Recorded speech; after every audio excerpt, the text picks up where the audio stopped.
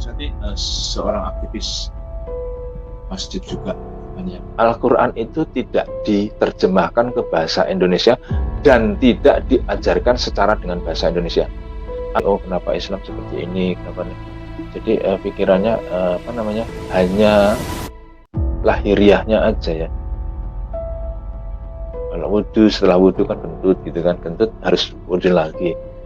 Jadi kesannya hanya dunia batin, dunia badannya aja yang di ini, yang bukan di hatinya.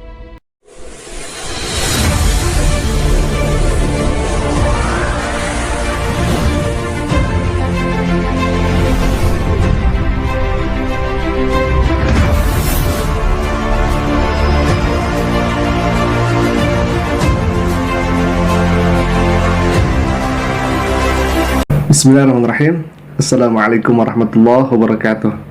Alhamdulillahirrabbilalamin. Wabihi nasta'inu ala umri dunya waddin.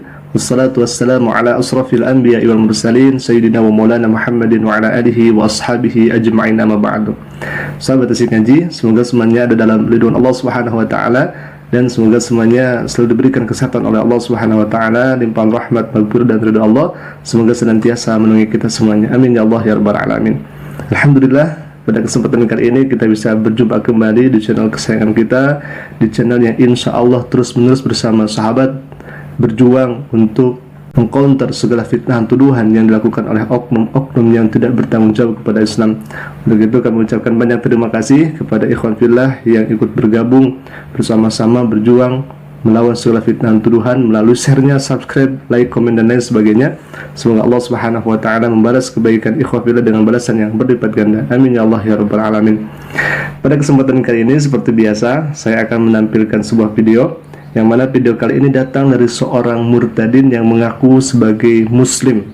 Dulunya dia sebagai aktivis masjid, bahkan sekolah di sekolah Islam Wali Songo, katanya demikian. Tapi apa yang terjadi ketika kita memutarkan videonya, sahabat? Nah, ini sebetulnya akan menjadi bahan hiburan untuk kita, dan saya tidak akan banyak untuk mereaction, sahabat, karena cukup dengan dilihat saja, kita menyaksikan videonya, ini sangat ngakak sekali, bahkan terlihat sekali, bisa kita simpulkan bahwa jangan-jangan orang ini hanya mengaku sebagai muslim saja, karena keilmuannya seperti ini, sahabat. Nah, kita akan saksikan videonya seperti apa. Silakan kita saksikan bersama, sahabat. Saya berlatar belakang dari Islam ya. Saya pun juga pada saat itu sekolah juga di latar belakang yang bernafaskan Islam juga. Jadi namanya Wali Songo ya dulu. Dari SMP SMA itu saya di situ dulu. Jadi doktrin-doktrin mengenai tentang Islam itu saya tetap tertanamkan, benar-benar tertanamkan oleh juga. Kebetulan saya seorang aktivis masjid juga gitu kan ya. Nah, barusan kita sudah dengar ya pengakuannya bahwa dirinya sebagai aktivis masjid dan pernah sekolah di sekolah Islam yaitu Wali Songo. Nah, apakah klaimnya ini sama dengan apa yang diucapkan sekarang, sahabat? Kita akan saksikan videonya bersama.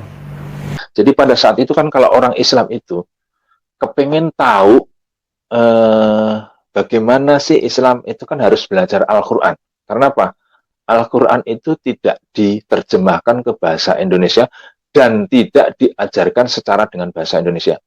Al-Quran itu tidak diterjemahkan ke bahasa Indonesia dan tidak diajarkan secara dengan bahasa Indonesia.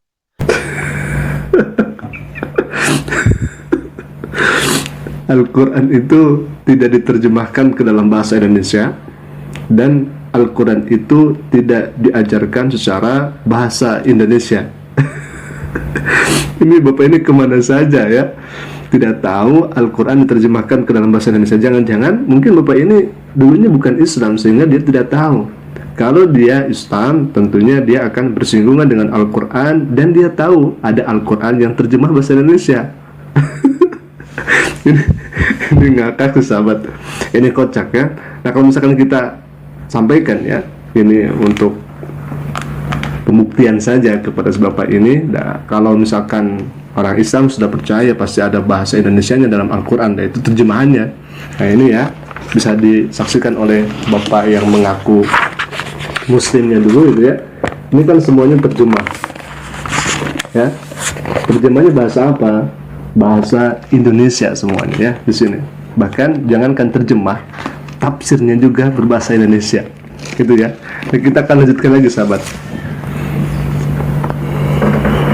Jadi kalau seseorang yang mau belajar Islam itu harus belajar dulu tuh mengartikan semuanya.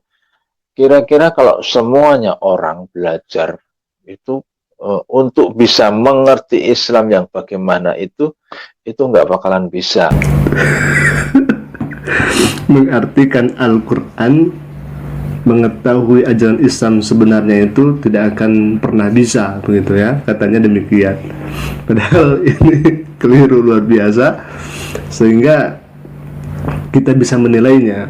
Dulunya mungkin si bapak ini bukan Islam karena dia tidak mengetahui bagaimana terjemah Al-Quran, bagaimana para ulama-ulama kita, khususnya di Indonesia, sangat berkompeten sekali dalam bidang Al-Quran dan hadis Nabi SAW.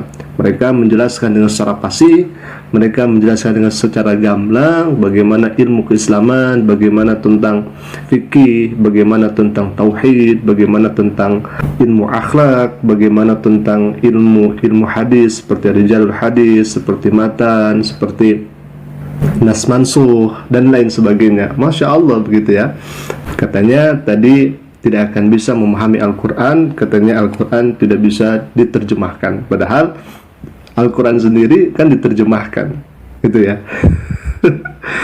Jangankan Al-Quran, mungkin LAI ya, LAI kan menerjemahkan, sama menerjemahkan dari bahasa aslinya. Artinya mereka juga kan belajar bahasa aslinya, sehingga sekarang di Indonesia ini ada bahasa Indonesia untuk Bible, begitu ya. Walaupun memang di dalamnya ada kesalahan-kesalahan yang tidak sesuai dengan bahasa aslinya, begitu ya. Nah, kita akan lanjutkan lagi sahabat. Saya tidak akan banyak mereaksi, kita akan lihat saja bagaimana kekocakan si bapak ini tatkala ditampilkan di videonya sahabat. Silakan. Apa yang namanya Tuhan itu kan maha tahu, maha mengerti. Apa yang diucapkan oleh manusia, Tuhan semuanya tahu. Kenapa bahasa Arab itu tidak diterjemahkan saja? Toh di bahasa Indonesia juga Tuhan tahu.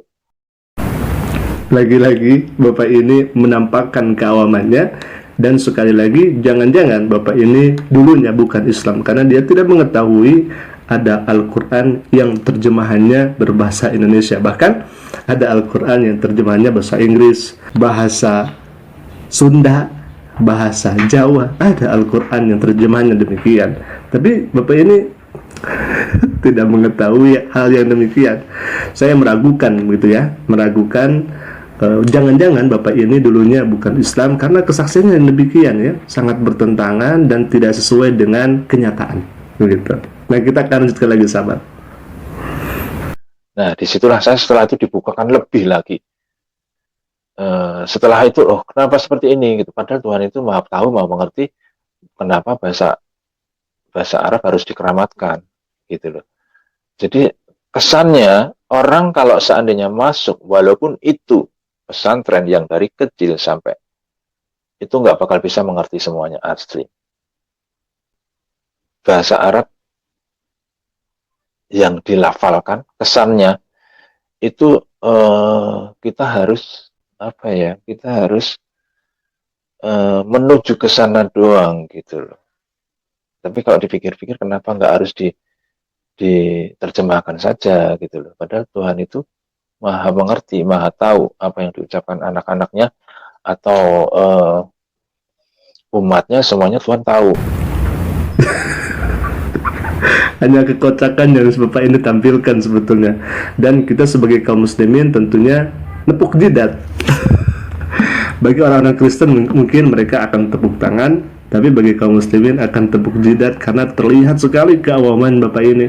Katanya orang yang masuk pesantren tidak akan mengetahui bahasa Arab begitu ya. Padahal kalau misalkan kita melihat terjemah-terjemah yang ada, bukankah orang itu dulu pernah menganyam pendidikan bahasa Arab, pernah menganyam ilmu di pesantren, yang kemudian sekarang melahirkan terjemah-terjemah Al-Quranul Karim. Bahkan bukan hanya terjemah saja, tafsir berbahasa Indonesia, tafsir Ibnu Katsir, tafsir Al-Qurtubi, tafsir Imam Syafi'i, itu berbahasa Indonesia, sudah diterjemahkan ke dalam bahasa Indonesia. Begitu ya. Nah, kita akan lanjutkan lagi sahabat. Pada saat kita belum kenal Tuhan itu sudah ada pilihan, memang benar-benar pilihan. Nah, setelah saya mendapatkan firman itu tadi, saya berdoa, Tuhan gini, akhirnya saya dijamah dan dibukakan itu tadi, oh kenapa Islam seperti ini, kenapa nih. Jadi pikirannya hanya lahiriahnya aja ya. Kalau wudhu, setelah wudhu kan kentut gitu kan, kentut harus wudhu lagi. Jadi kesannya hanya dunia batin, dunia badannya aja yang yang bukan di hatinya. Disitulah saya sedikit mengerti mengenai hal itu. Akhirnya kita dibukakan seperti itu. Akhirnya saya mencoba untuk masuk dan akhirnya saya bisa mengerti itu dan akhirnya saya kateksasi, dibaptis, lalu saya jadi anak Tuhan yang mengikuti bisa mengerti gitu kan. Ini fitnahan ya dan tuduhan. Katanya umat Islam itu hanya mementingkan zahirnya saja, bukan batin. Ketika wudu kentut, kemudian wudu lagi. Berarti orang ini tidak mengetahui bagaimana tatkala tata cara wudu yang sebetulnya. Kan di dalam wudu itu ada yang namanya niat. Niat itu kan mengkhususkan ibadah semuanya karena Allah Subhanahu wa taala. Itu kan hati, ya, ibadah hati. Lalu kemudian dalam wudu itu kan ada doa-doa. Ketika membasuh wajah, kita doa kepada Allah, Allahumma bayyid wajhi yawma tabyaddu wujuh wa taswaddu wujuh. Lalu kemudian tatkala kita membasuh kedua tangan ada doanya juga, Allahumma a'tini kitabi bi yamin, ya Allah berikanlah kami buku catatan amal kami dari kanan. Artinya Allah Subhanahu wa taala supaya nanti memuliakan orang tersebut gitu di akhiratnya Allah Subhanahu wa taala dengan diberikan kitab catatan amalnya kepada tangan kanannya begitu. Lalu kemudian tatkala kita mengusap kepala, ada doanya juga. Allahumma harim sya'ri wa basyari ala nabi. Allah haramkanlah sya'ri, rambut kami, ala nar, untuk tidak masuk ke dalam nerakamu, begitu. Sampai kepada kaki ada doanya. Allahumma sabbit qadami ala siratal mustaqim. Ya Allah, teguhkanlah kaki kami tatkala melewati jembatan siratal mustaqim.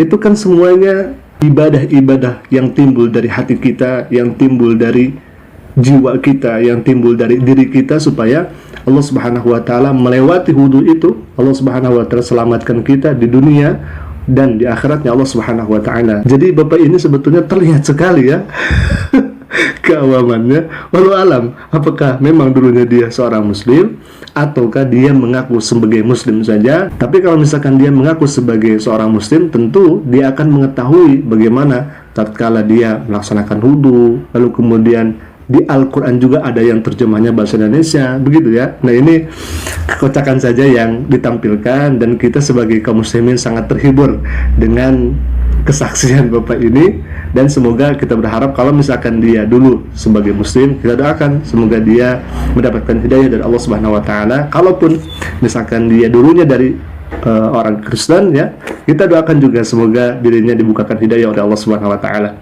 Nah, sahabat, mungkin itu dulu yang bisa kami sampaikan. Semoga bermanfaat, semoga menambah keimanan kita kepada Allah Subhanahu wa taala. Sekian dari kami. Assalamualaikum warahmatullahi wabarakatuh.